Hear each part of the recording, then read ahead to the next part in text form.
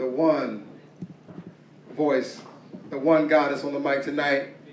Please welcome our curator, our assistant coach, Abigail Ekue-Smith.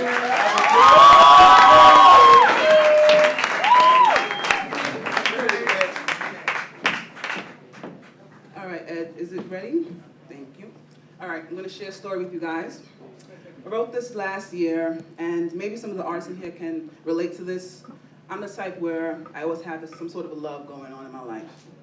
You know, maybe it's not reciprocal, or it could be unrequited, but it keeps me moving forward.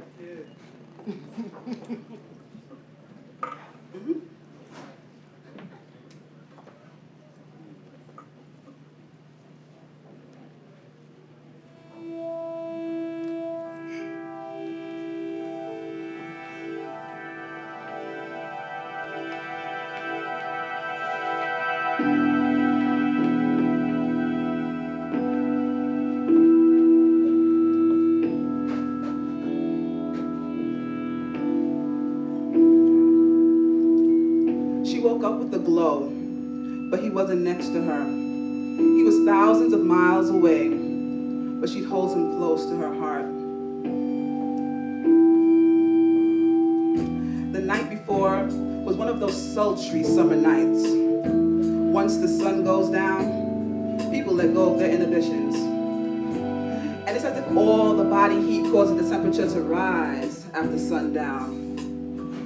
He called to find out what she was up to, if she was chilling, or better yet, cooking. He loved her cooking, almost better than his mama's.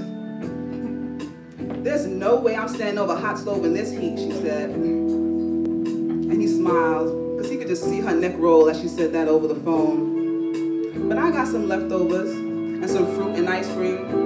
Maybe we could do something with that." In an attempt to keep his thoughts clean, his mind ran on tasting her, and her kissing away her sweet juices from his lips and chin.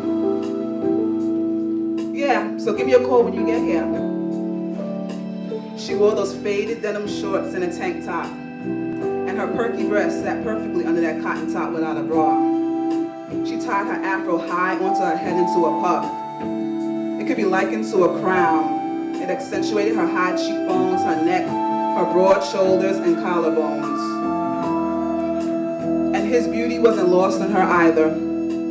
He had that boyish half grin permanently on his face, and eyes you could get lost in. And his lips were framed with a mustache and goatee, thicker in the middle, but thinner along the jawline and sideburns. His clothes were wrinkled from the day's wear, but she was pretty sure there were wrinkles when he put them on. And she could smell him long before they came together for their usual hug and kiss hello. There was a strong possibility that there was nothing between her and him but those khaki shorts he was wearing. And she wanted to take that shirt off right there and then, but knew the heat would get to him soon enough. He had already wiped his brow with his sweat rag.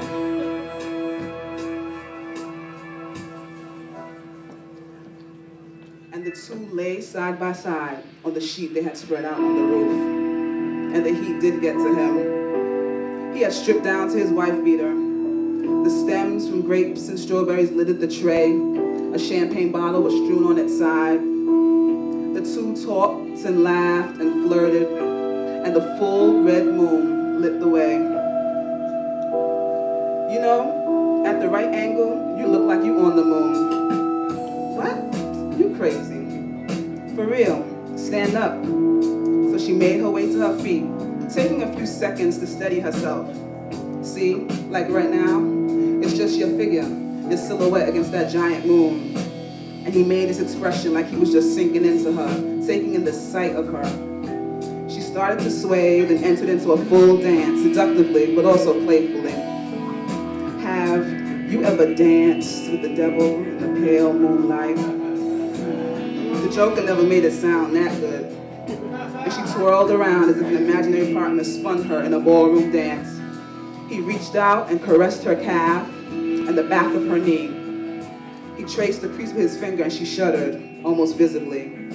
And the hum of a city bus heading down the boulevard broke their trance. Part 2. Don't play with us. Don't play with us. You didn't answer my question, she said mockingly stern as she stood over him, straddling him. Have you ever... Come here. He tugged on her shorts, and she bent her knees to sit on him. And he ran his hand along her thigh and up her shorts. He played in that space between her thigh and lip, and that tickle made her anticipate his next stop.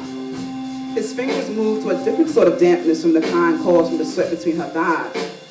And she let out a sigh and raised her hips slightly so he could play. He massaged her nub and made her dance. Just then, he dipped his finger inside her. She gasped and her eyes opened. He had been watching every second of his physical orchestration. She took up her tank top in one motion and ran her palms over her nipples. He withdrew his finger and she leaned forward to kiss him. First, he said, putting his wet fingers to her lips, and she sucked her essence off his digit. Then she was granted permission to kiss his pink lips. She grinded her hips against him and he grabbed her ass. He could follow her flow. She ran her hands under his white beater while she kissed and nibbled on his ear. And their dry hump turned urgent, and she kept her mouth on his neck while she undid her shorts. And while her hands were at her zipper, she could feel his bulge aching for an escape from his pants. He wanted nothing more but to feel the inside of her body, or her mouth. She stood over him, nude, framed by the full red moon. He knew she'd wait for him to free himself, and he did so hastily, kicking off his shorts. And she squat over him and took him inside. 1 thrust, 2 thrusts, 3 thrusts. He cupped her buttocks and helped her with her crude bounce. 4 thrusts, 5. She stood straight up like she sat on something too hot to handle. He couldn't quite make out her expression, but she must have been smiling. She bent forward, legs straight and spread, and took him in her mouth. You are some kind of crazy. You a sexy crazy girl. She moaned in response and sucked and slurped. Looking up, all he could see was the slope of her back and the rise of her haunches, her head bobbing and his dick throbbing. He didn't want to explode in her mouth, so he stopped her.